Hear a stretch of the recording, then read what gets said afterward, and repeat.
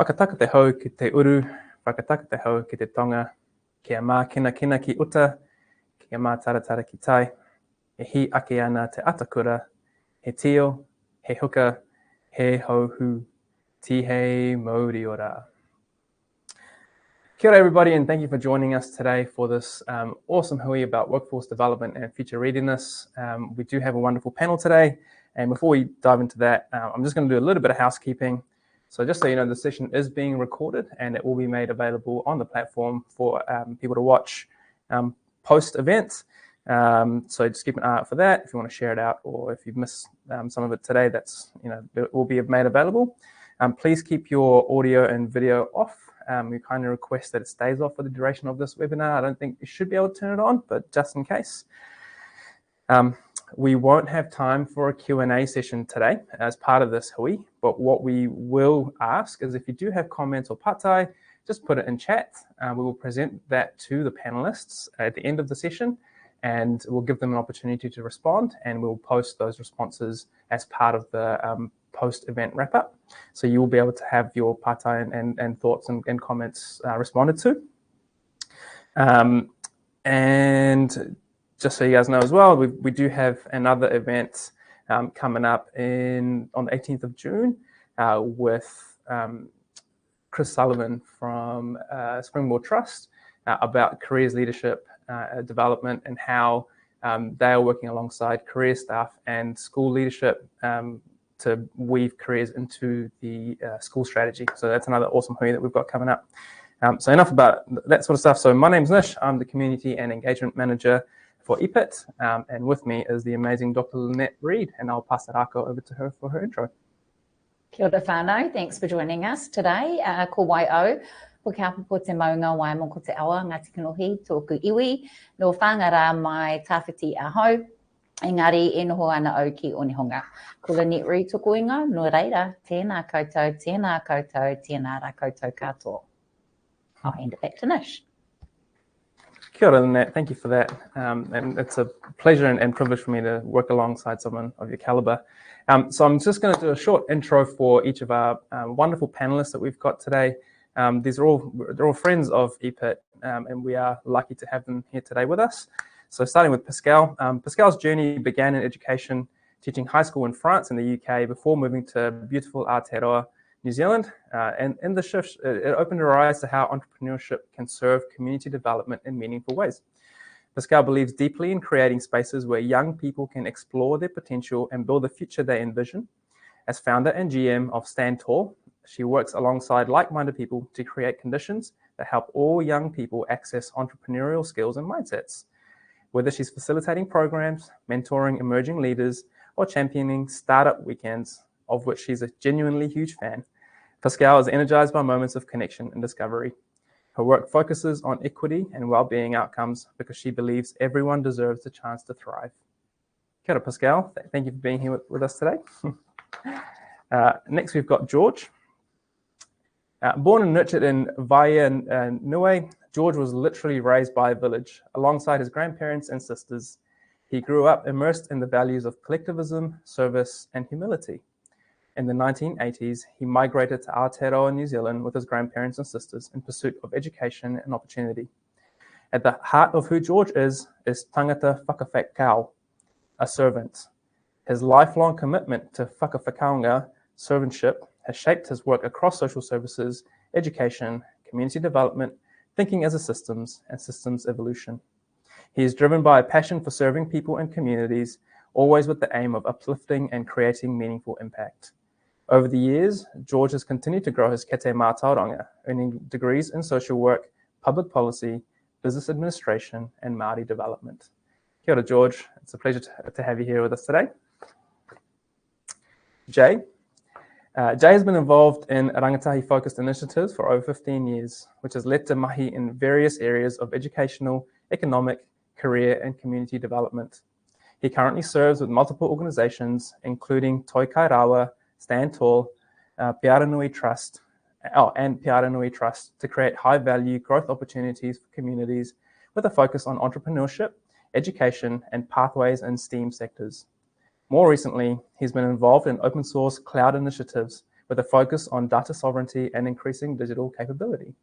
Kia ora, Jay. And last but not least, Rusell. Rusell is an experienced deputy principal with an extensive history in education and is part of the furniture at Tāmaki College. Russell's expertise extends to curriculum development and implementation, learning design, and leveraging digital technologies to support teaching and learning.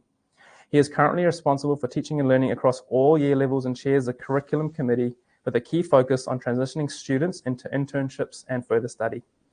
One of Russell's passions, which he brings to his work, is his dedication to supporting the rangatahi at Tāmaki College to discover their own skills and strengths. Rusell has worked tirelessly to bridge the gap between education and industry, creating mutually beneficial partnerships. Kia ora, Rusell. And Ka rawe whānau. Ka rawe whānau. Awesome to read more about the mahi that you all do. I feel very fortunate to know you all, and I'm looking forward to the kōrero today. I'd like to start us off with a fairly open-ended question and focusing on your communities. So the first question I have is, what are you hearing from your communities as their identified needs? Jay, would you like to start us off on this particular pātai? Oh, tēnā koe.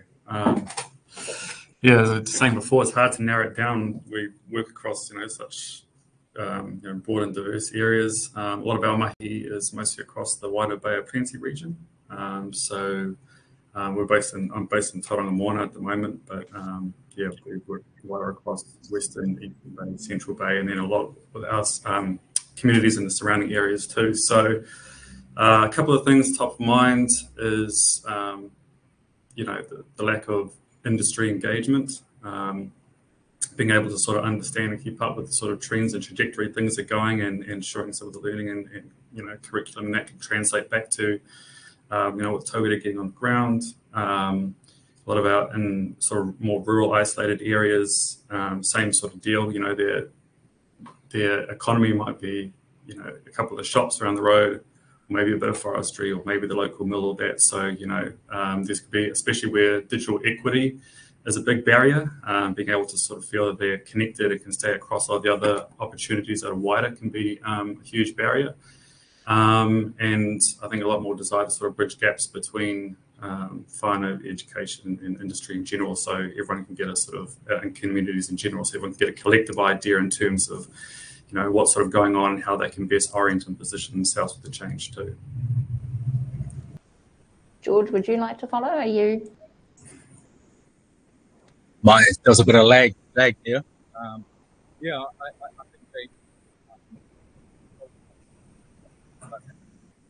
I guess in the context of our talanoa today and thinking about the wider systems challenge, it truly is, I think, is the ability to have clarity in what the pathway looks like. From if I think about rangatahi from school to wherever, there seems to be a real disconnect in regards to what is the clear path that we are trying to shape for our children. I think we often fall into this conversation, and I see the OECD report that came out recently and talking about work readiness and how our teenagers or young ones are thinking about career paths. And it almost sort of talks a lot about what they're thinking as opposed to what is the responsibility of the system to actually create an interconnected pathway that is very clear, so our children have the best option, put in a position where they can make the best option, make the best decisions.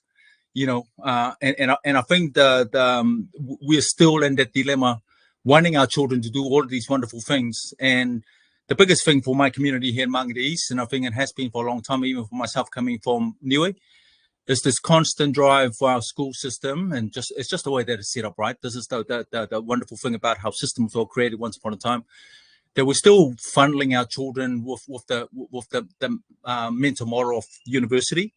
And so what that means, when everybody else don't fit that, you're almost then left to be picked up as problems for somebody else to solve. And I really, really despise when we fall into that. Let's solve, these are the problems, when we go into that problem for our children, because, they all have separate aspiration. But I think for me, quickly is the disconnect between what the path we're trying to shape to enable our children, our rangatahi, to be able to make the best informed decision of where they might see themselves further down the track, as opposed to narrowing their path and say, you should go there, you should go there. And if you fail that, well, you're a bit of a dummy, you go that way and everybody else go that way. I think that that's a bit extreme using that word, but I think it talks to this long mental model that we still have in the education system about where does everybody else fall if they don't make the pathway to university. Kia ora. Kia ora, George. Rusell, can I ask you to follow next? Yeah, just a bit about my community. We're out in East Auckland, Readiness. Historically, our young people are from an equity priority background. We've got huge numbers of Maori and Pacifica young people, and the fastest growing community at Aokura here is a Filipino community. The parents are coming in to work in the health sector or the building and construction, wherever there's a need. So what are the young people saying to us here and the community is, what are the opportunities that exist within our region, and what are the skills that are going to be needed for the young people to access those opportunities which exist regionally. What we found from a Becker report that was done by Tāmaki Regeneration, and a bit of background, our community is undergoing intensification. Some of the older state homes are being removed from the quarter-acre sections they sit on, and $1 million homes are being built in the place of those. And so there's this huge change that's going on, which, can be unsettling for the young people as well. So the parents are looking for the young people to be gainfully employed. If you don't have the social capability to connect with sectors outside of your immediate family and who you know, it's a lot harder for them to make that link and connect.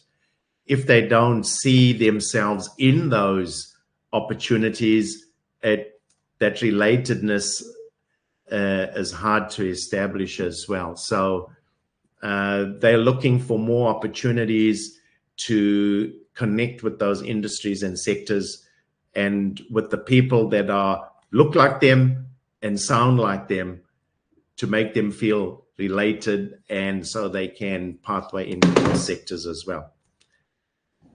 Kia ora, Rusell, thank you. What I'm hearing so far is context, the place, the people within the place, and how that's impacting rangatahi. Pascale, can I pass the question back to you again? Kia ora, and thank you very much. Well, Stantol operates from Toronga Moana. We have opportunity to meet up the wider community in the broader Bay of Plenty. So we really have our activities straddle quite urban areas and more rural regional areas. So the makeup of the young people we get to interact with is quite broad. There is a couple of traits, I think, that we are hearing from these diverse young people. We work in and out of school, we work in community settings, we meet people in pockets for shorter period of times, but we meet a lot of them from various backgrounds. And I think that what comes out loud and clear is that our young people feel an amount of confusion that has an effect on them, because they haven't got the clarity of something that they have been the system has made them believe that it would be almost a straight road from one place to another. The reality is that the system is not a straight road, and we have, as the system has formed those mental models that have been referred to earlier, that there will be neat transition times from one place to another. And they also want some help in some ways, yet how we help needs to be different. And I think that is what we're hearing. So so at Stand Tall, our focus is to look at youth development and education from an entrepreneurial lens. And what we mean by that, entrepreneurship is taking action. So it's having young people do something.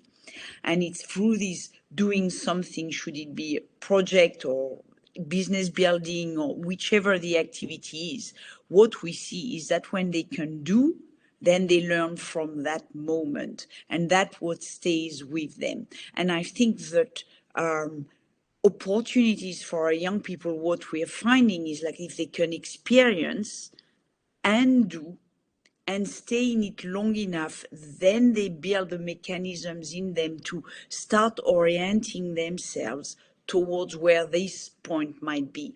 So that's one thing. The second thing that I realize is missing from our industry engagement is that industry is multiple, and you need to almost pick one to be able to get on a path.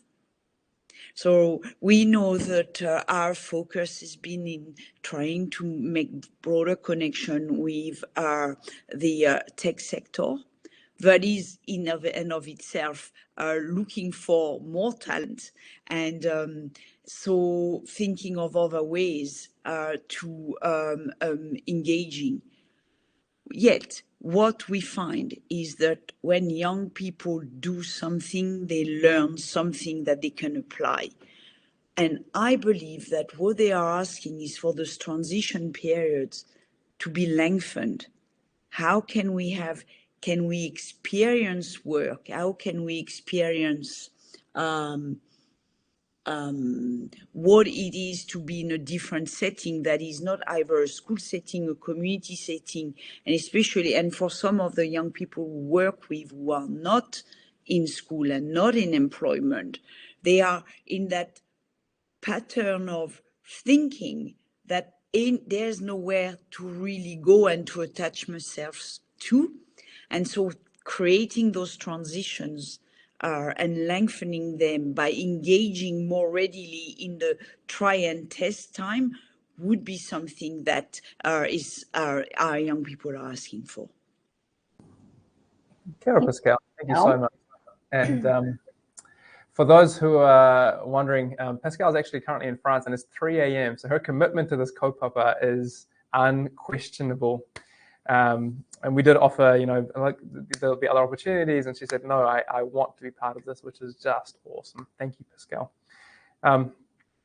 Rusell, actually, I'm going to pass the raka over to you because I think one of the common themes that's coming across is how is the education system working effectively to build those pathways and be the connector back out to industry and community. And I know that you guys are doing some amazing work in Tāmaki, and it'd be great to understand just a little bit about the history of where it sort of sparked from, what you heard from the rangatahi, what you guys have sort of done, and what you're seeing from that work. Yeah, I think just to talk a bit about what George had said around what pathways the kids are taking. Not everybody is going to go to university. They've made decisions to take different pathways outside of the traditional ones. And so we've had to pivot, Tāmaki, to ensure we can meet those needs. So what do we have at Tāmaki is a Trades Academy, we've got Services Academy, we've got a P-Tech Academy, we've got a Health Science Academy, as well as some of the other traditional pathways that George had mentioned. And for us, that better met the needs of the young people. We've got Gateway, we've got Star Path as well. And so the young people are, when I spoke to the Gateway coordinator the other day, he was saying how he's only halfway through the year and he's already got over 100 young people placed in different learning experiences through the Gateway program. I think for us here, in our context, the power is lying in the front end of the New Zealand curriculum, where they talk about, there's 8 guiding principles. Quite often as teachers, we tend to jump into our sections of that curriculum. If I'm a maths teacher, that's where I'm going. Science, I'm going to look there. But actually the power's in the front. And it's those 8 principles that are highlighted there. First of all, high expectations around being able to achieve and follow your dreams and your aspirations. The other one that I won't list them all, but around Te Tiriti, where they speak about participation, partnership, and protection, and also around community engagement, future focus, and about inclusion and learning to learn. So we've taken those and said, okay, how can we liven those principles here at our school? And so we've endeavored to form partnerships with organizations that could help our young people explore safely and then decide on a particular pathway. I'll give you an example of one pathway to health science where a young lady came and said, this is what I'm interested in. And she went off to Auckland Hospital, and the sight of blood in the emergency department put her off. She came back and says, you know what, I don't want to be a doctor.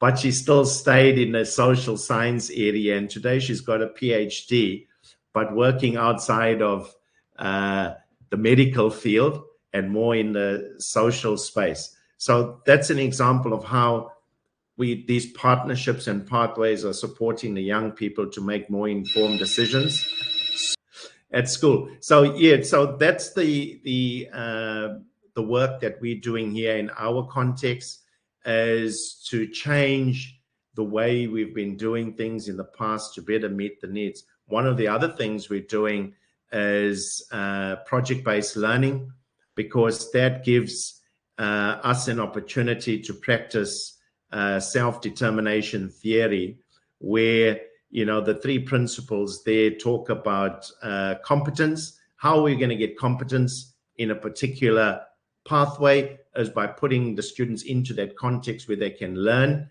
and be mentored by experts in the field.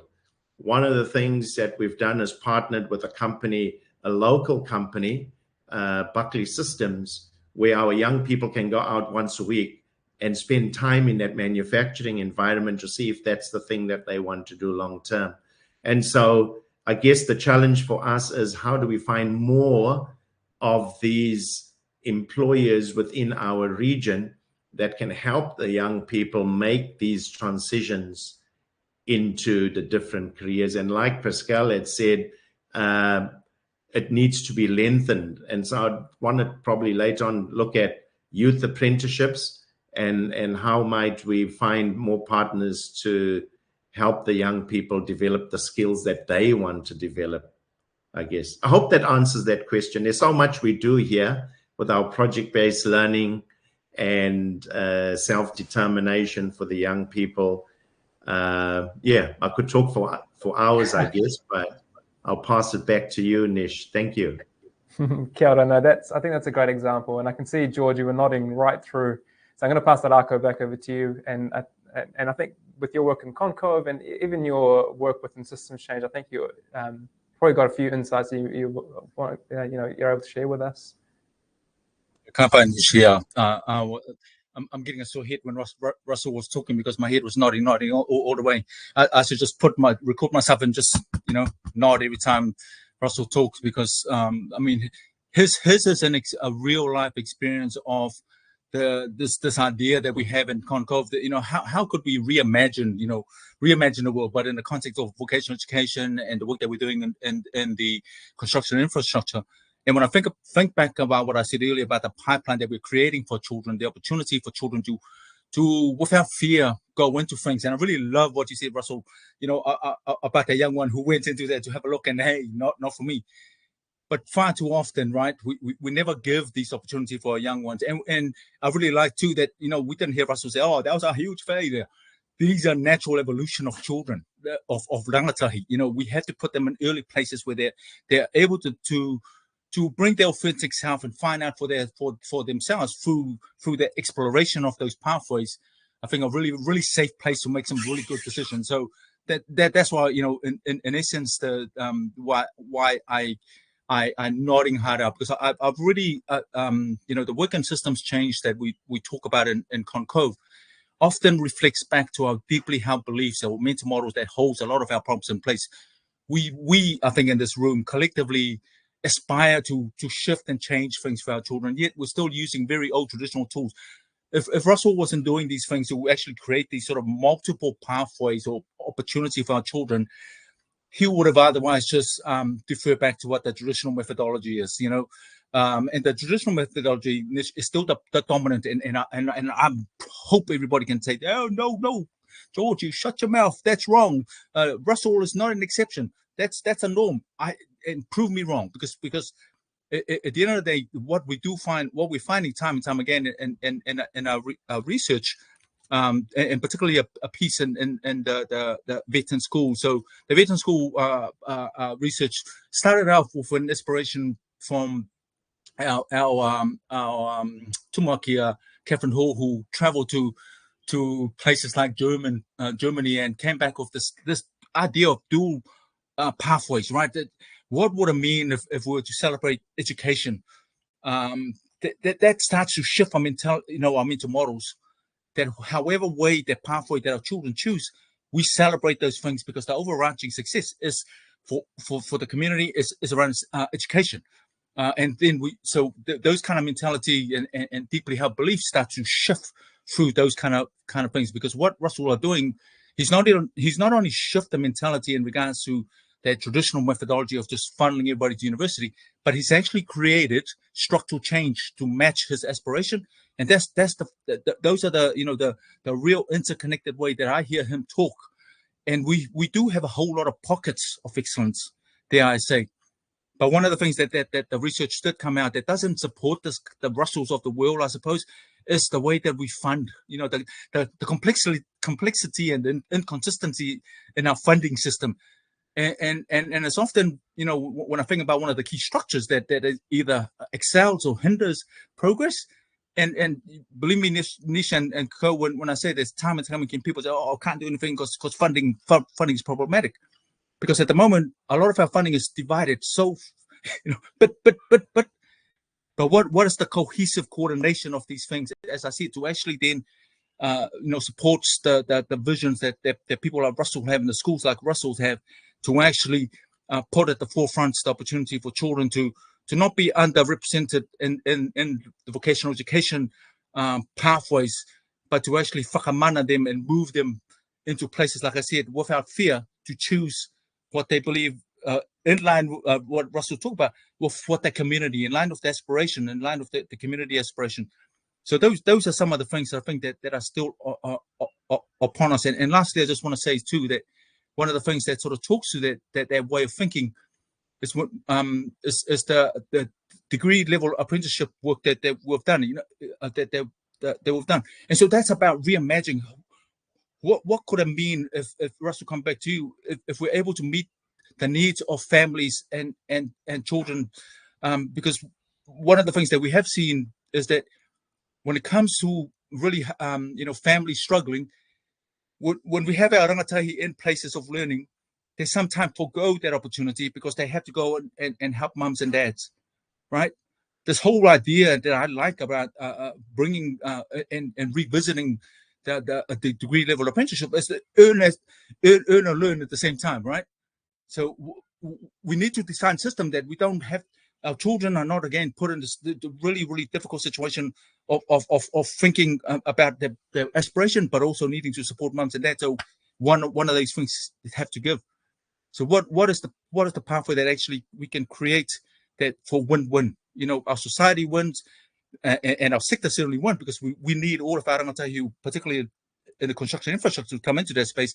But they also win because they're able to support themselves and their family through their pathway. I think, oh man, I wish we had more time to put it, because I've taken way too much time with Tarako. No, George, and you know that's invaluable, right? It is exactly what we're here for today to discuss. Exactly this, and I think Jay, you know, I think a lot of what George has said it resonates with you in the work that you do with your communities. So, would you like to share some of your whakaaro? Yeah, I'll be mindful of time too, and just try to keep things pretty brief. I think a lot of what's been mentioned resonates. Just to touch on things that both Russell and George have sort of touched on. You know, exposure and that opportunity to explore is really critical. You know, there's all sorts of research to say that a lot of the you know, our kids in general are still gravitating towards the same 10, 20 odd, you know, sort of jobs or career paths. And, you know, there's research on the other side to say the next 5 years that's going to flip in the tens of millions. So, you know, if we're not doing more to sort of front foot that and be able to go, cool, there's a whole lot of uncertainty out there, but a whole lot of opportunity to sort of understand how we navigate and best position ourselves for that too. You know, we're doing a little bit of a disservice. You know, I think there was approximate number around those, you know, going on to uni was around sort of 30% around the Bay region. That's sort of been, you know, thereabouts. That was a little while ago, but you know, so if there's any accuracy to something like that, that's a huge contingent who are missing out. A huge, you know, number of those rangatahi who we engage with both in schools and in the NEET space who are like, you know, they've been sort of taught to quantify the skills and the value they offer by whether or not they got their credits or whether they got their UE and all those sorts of things. So there's a need there to be able to go, well, okay, regardless of what sort of path you're on, there's still a whole lot of you know, value in everything that you bring individually, you know, that needs to be explored, you need to be supported to identify, and how critical that's going to be going forward, you know, because you know, if they can't identify that they already have all of these strengths and skills and things and attributes themselves that need to be built upon, and especially if we're talking about a lot of these sorts of jobs, you know, if there's 70, 80% that might be obsolete or significantly different in the next sort of, you know, 5 to 10 years, having a really intimate knowledge in terms of what they can do, why it's important, how they apply those sorts of things in different contexts, as you mentioned before, is super key. So I think, yeah, the more we sort of delve into those alternatives, I think there's a lot more we can and should be doing in the career and workforce development space to help bridge those gaps. Hello, Jay. Lynette, I'm going to pass the rākau back over to you. Kia ora, thanks, Nish. Thank you, whānau, so far. What I'm hearing is the use of language that we've been using in careers for a long time. Pathway, pipeline. Those are concepts and ideas that we're moving and shifting around, which is great. And I guess one point I've tried to make across my research is that in the space that we all share, if we can value all action that rangatahi take, you know, we'd be closer to rangatahi moving through a pathway. If we can value all forms of transition, and if we can value all types of pathways. And I think I'm trying to emphasize here diversity in that. There's all sorts of actions people take, rangatahi take, and I always use this as an example, and that is when a young person decides that they want to go home. They want to go home to their kāinga, to where they whakapapa from. That should be an action that's valued. So there's many, many more like that. I'll move on now, whānau, because we've still got some time for some great questions to our wonderful panel. I'm wondering if we could go a bit more pragmatic here, because there's been a lot of questions around things like what skills are likely to be needed in the future of work, what transferable skills may be needed, and you know, we could pay more attention to. So I'm wondering if you've got any thoughts around that as a panel. I mean, I don't always like these kind of questions because it's sort of how long is a piece of string, but very interested in your immediate thoughts about what type of skills, what sort of preparation could we be doing with the rangatahi in relation to the future of work, whatever that might be. I will hand it over to anyone who's got something on top of mind. I do, and I think that looking at these core skills and attitude, one document that we have been referring to quite often in our work is the World Economic Forum document that outlines actually what would be the core skills needed in 2030. I think it was published earlier in January or February. It is well worthy to look into, and I liked looking into it because it was validating in a way in our taking and this talking about this entrepreneurial mindset. In a way, it is part of our work at Stantol is to demystify what this entrepreneurial thing looks like, all right? Because it's like yet another word. But in fact, once broken down, it really is a way of activating certain ways of being in young people. And these are the ways of being in front of situations that can enable and contribute to building some resilience. So when I look at the World Economic Forum information, and they talk about core skills being curiosity and lifelong learning, talent management, leadership and social influence, resilience, flexibility, agility, technological literacy, systems thinking, all of those elements. I wonder how much time are young people in a formal educational setting or in an employability type setting, remembering that we've had opportunity to work with young people who are not in school. How open are we about pointing out that this is the skill that they are working on when they are doing an activity, so that they can internalize where their strengths are, and they can actually start to see and think that those core skills of 2030, hey, in 5 years' time, it's not like in the future, this is 5 years, that they could do. And I think that the work that we've done in mapping entrepreneurial capabilities with those type of skills, with the personal and the spiritual growth and the culture and learning on the fly most of the time. What does it look like? How can we actually look at those skills in a way that are culturally responsible?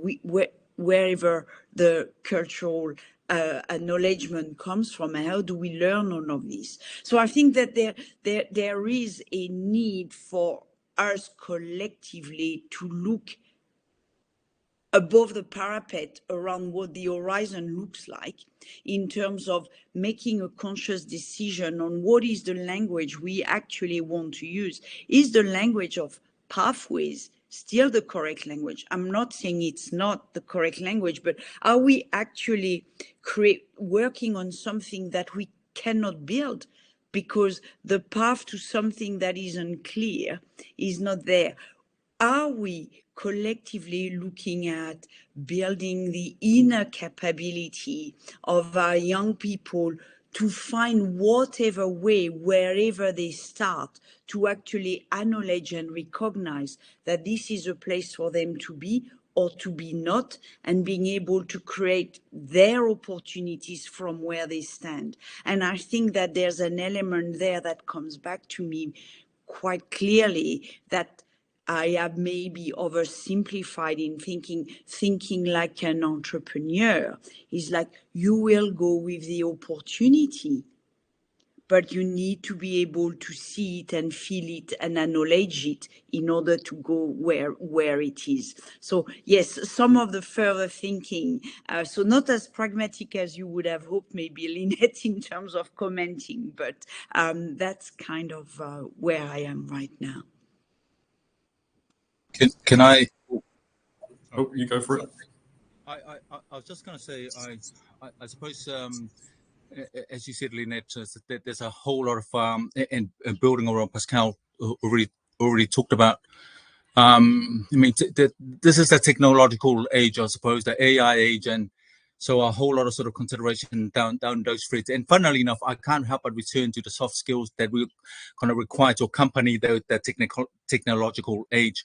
What I'm interested in, again, and I harp on about this all day long, is what are the conditions that actually allow us, Lynette, to actually fully realize the potential of whatever those things are? Because I think far too often we sort of chop and change, and this is where we sort of add something else on. But the whole, we're adding on a system that are not yet coordinated. You know, I talk about the funding streams are disconnected, the way we operate within schools, and I talk about Rusell being a pocket of excellence that are not elsewhere. I think that alongside answering, because I don't have the immediate, you know, apart from the obvious, the green economy, the sustainability, but broadly talking. What I think we need to get good at is addressing and asking the question of what would be the key systems conditions that we need to set in place to enable that to come to fruition, and successfully so. Because if we start in the midst of all of the things that we're trying to do to address the disconnect, you know, let's think ahead. Think ahead, but at the same time, make sure we're building a cohesive, interconnected system. And if it's centered around rangatahi, I think they too will shape that path. And that's the other thing. So the voices of the youth of the future of today has to be a critical mental model that comes into to really reweaving that space, you know, to enable us to move away from our embedded mental models. We actually got to create new behaviors, you know, reimagine, and how might we do A, B, and C, and that's best done with rangatahi, I believe. You know, the innocent eyes will still be able to guide us through what we otherwise are really deeply embedded spaces. But I'm interested about, and part of your question, Lynette, is what are the key conditions that we need to consider to put in place to enable us to successfully walk and explore the future for our children. George, if I can just riff off what you've been saying there, is what we do currently around project-based learning, where we foster autonomy so that the kids can then, through the self-direction, be capable of navigating the VUCA world that is the one that we live in, and also to develop this ability to take initiative through the projects that they undertake. What we found also is that we've allowed the young people to focus on the skills that align with their interests and career aspirations. So, example, and there's several schools doing this, just being bloody minded about, hey, if you want to be a builder, well, let's go building. And so there's several schools, local and wider than the Auckland region, where young people are taking on projects where they are renovating houses, building tiny homes, cabins. And what we're finding is those young people are engaged because they see themselves in those particular roles. So we've had to change our curriculum and allow for that to happen. But again, we need those partners to come alongside us to mentor and support, because for a lot of these pathways, Pascale, I'm going to use that for want of a new word until you come up with it. We're going to use that one. But we don't have the expertise for some of the new paths that are coming to fore. You know, we've got enough social scientists, mathematicians, etc. But I don't have an automotive technician who could come in and teach young people about the electric car and all the other new innovations that are coming out. The only way we can do that is through partnerships.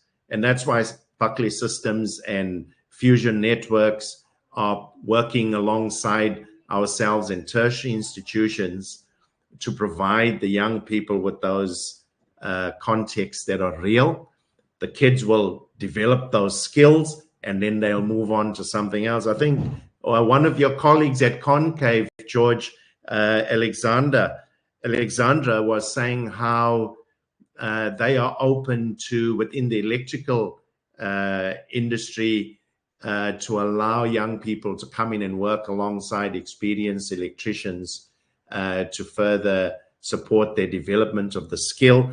And then there was Sarah, who was saying that the number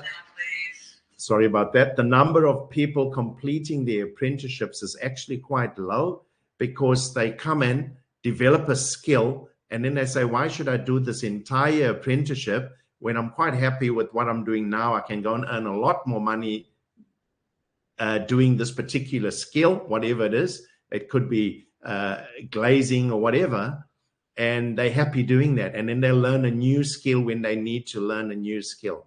So it's that autonomy and allowing for that to happen, I guess, from school. I won't say that they've got the attention span of the length of a TikTok video, but we've got to have these short, sharp skill development sessions for young people. They figure out, hey, this is me, and then they move on to the next skill and the next skill. That's just being bloody minded about it, team.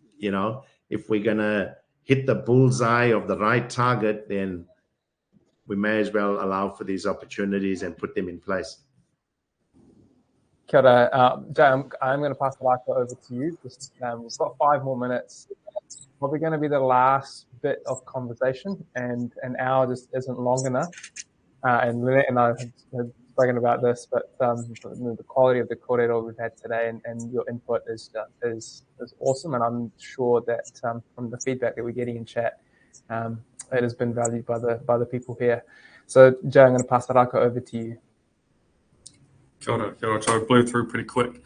From my experience, like when we're talking about skills, sometimes I think we get lost in the weeds of the terminology. So it's, for skills in general, I've heard employability skills, power skills, essential skills, character skills. We use entrepreneurial skills, like, for a lot of kids in general, that's overload. Then we start getting into like whether it's soft skills or hard skills. So how are we going to distinguish and define what those sorts of things are? Whether your soft is your intrapersonal/interpersonal sort of stuff, your hard's your technical and more industry specific or physical or what have you. We need to land somewhere with that. And then we start talking, in terms of the application and the how, that sort of stuff. So if it's communication, well, what's the context for that? Because the way that I'm going to communicate, in a cafe or in a retail store, as opposed to I might on a construction job site or what have you, is going to be completely different in terms of how I apply that sort of stuff. And then there's going to be, a graduation perhaps in the complexity of those skills as they progress through whatever pathway that might be. From sales, it might be negotiation, might be, depending on the path, might be conflict resolution or, collaboration, coordination, all these sorts of things. So, there's a thing there to break those down, in terms of how kids can actually apply those, as opposed to sort of like skimming superficially in terms of like sometimes 20, 30 things that we're saying is essential for the future. And, Pascale mentioned the WEF report before. They'll talk about, leadership and lifelong learning and curiosity, all those sorts of things. Hayes report that came out earlier, critical thinking, all those sorts of things are valid. But when you're trying to, talk to our rangatahi, for instance, in terms of like helping them to identify what are the sorts of things that they're already doing and how they can build upon those, as opposed to trying, acquire these sorts of things that might be new terminology or an unfamiliar sort of context. It's like, cool, you might not have a dictionary definition of collaboration, but you understand kotahitanga. You know what I mean? You might not know how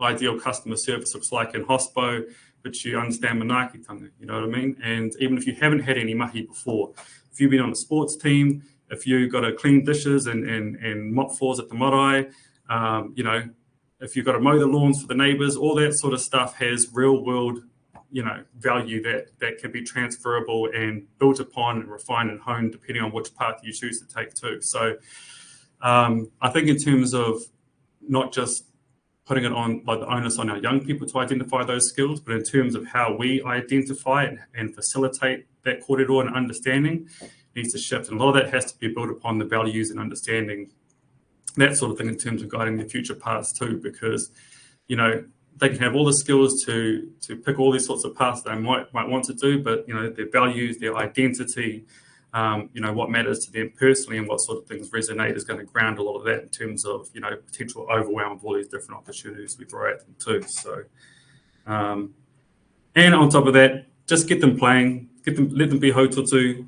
There's still value in that sort of stuff, and let them be bored. Too much stimulation, like there's plenty of value and a skill almost in itself just to unplug from everything too. So that's my 2 cents. Kia ora, Jay, and no need to apologise. I think you nailed it on the head there. It is a complex world, and we were actually talking about this earlier at lunch with some of our other residents partners here at Te Whiriwhiringa, about letting them be kids. You know, the world of play, exploring the skills that we talk about of resilience and risk taking and risk assessment and getting back up and leadership. Kids used to learn that by just being kids and running around in packs around the neighborhood, because you had all ages of kids, and you had older kids who would take on leadership role to teach the younger ones about how to navigate those spaces. And you'd have the kids of all ages, you know, going, oh, can I climb that tree? How might I navigate that? Do I have the skills? I got up, now I need to get down. I might have had a fall, I need to get back up. You know, there's all these skills that they would have learned out and about in the wild, essentially, through play. And those environments are getting less and less accessible as well. So there is a lot to it. And you know, I could go on, this is a passion of mine. I could go on about it for a long time. And as much as we have 6 minutes left, I'm just going to pass Araka around one last time. Just a real 30-second wrap up of your thoughts, each of you, and then we'll wrap up the session. So Lynette, I'm going to pass Araka over to you first. Just a real short and sharp, what's your takeaway from this? My takeaway is thank you to all of the panelists for pushing boundaries. And I'm going to pick up on something that George mentioned in relation to systems. And I would like to encourage our audience and everyone out there to take a look at your local iwi or hapu plans. Many are planning 100 years into the future, some even 500 years into the future, because under a Te Ao Māori knowledge system, you will see cohesiveness and interconnectedness. And that will be the future of mahi in Aotearoa. That's my takeaway for today. Thank you, whānau. I will pass it over to George. The elders in my village often say there's nothing worthwhile saying after something like that. You simply thread your kōrero to what has been said. I tautoko you, Lynette, 100%, because I think that is the return there.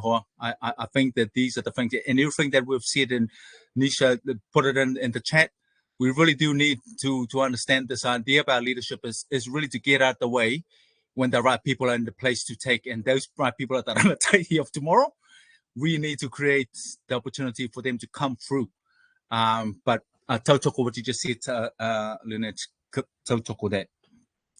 I'll pass that over to Jay's next on my on my screen. Yeah, tautoko. Yeah, there's just a lot more to do. Like the game's changing quick, and I'm not convinced we're doing it like this for all the mahi. That, you know, a lot of people across the board, and we get to work alongside some really, really amazing people doing some really forward-thinking stuff, and meeting our young people where they are. But there's still heaps to do, and I think you know, whether it's the terminology that's holding things back, whether it's you know, all these sorts of, you know, external factors and things like that. You know, I think we've got to have a lot more sort of faith and confidence in our young people, and it has already been said as well. Like, just give them the tools they need, let them know they're supported, and, you know, let loose the reins a little bit, let them do their thing, because we've got a lot more to learn from them too. Kia ora. We've got, if there is one more thing more to do, is to actually acknowledge which bit of the system we are most effective at, doing and actually working on it together. I know that we know that when we have a young person make something and sell something, something happens in their mind that is very hard to codify. There's no, there's no micro-credential for this. Maybe there is, but the actual realization that that is creating a connection for them is super critical. I do not have Fustantal. We do work with people coming in and mentoring and dropping information. And I think that the most important thing that all our young people walk away with is they learn to actually navigate what it is to get conflicting sometimes pieces of information for doing the same thing. And so broadening exposure, owning a space, but owning it and holding it lightly so that we let others come in and participate and find ways of actually always collaborating. And if it is something that we need to do is to be able to think about what is that, what I often refer to, and Jay would have maybe heard me mention this, there's no playbook for collaboration. But what is there were some elements of it that we could actually think and see, realize outcomes that we could actually anchor some collective action around to strengthen the visibility of what the future looks like for our young people. And in doing that, in becoming clearer on what are the actions to be taken to create the right conditions for them. Kia ora, Pascale. Last but not least, Rusell, your 30-second takeaway. Oh, yeah, I want to go with youth apprenticeships. ConCOVE was talking about it in their webinar. We need to find more people to come on board with this idea. It should start at school, at high school, and we continue to develop it all the way to a degree level program to lift the mana of that particular direction that students are taking. Jay, the thing around values, we need to get better values alignment between our young people and the employers that are looking for the next workforce, because when your values aligned, you tend to stick with a particular employer. And I think, Lynette, you hit the nail on the head when you said connectedness. And regionally, if we can make all those connects for the young people, then we will strengthen their decision-making processes as they decide on the next step when they exit our kuras here in New Zealand. And that's my takeaway. Kia ora. Thank you so much, and thank you, everybody. So just to wrap up, guys, any questions you put in, and things that are posted in chat, any questions we'll present it to the panelists, get their responses, and we will share that back. There is another event as we continue this series within the careers development space. It's on 18th of June, and you can see it on our platform, and you can register as well. Thanks to our panelists, so George, Pascale, Rusell, and Jay, and to my co-host, Lynette. The work you guys do in this space is invaluable. I know that the communities and the rangatahi that you support all feel it, and they feel your passion, they feel your aroha, and it really is important. As George said, pockets of excellence. How do we uplift that, and how do we make that the norm? And thank you again to everyone who attended today. We also know that you guys do amazing mahi in your own right in the career space, and that's what brings you here today as well. So thank you, everybody. I'm just going to close this out with a karakia, and then I'll give you guys back your day. Kia tau te manakitanga, ki runga, ki tēnā o tātou, kia piki te ora, kia piki te māramatanga, kia hoki pai atu, kia hoki pai mai. Tūturu whakamoa, kia tina. Tina. Haumie, huie, tai ki. Tai ki. Kia ora, everybody.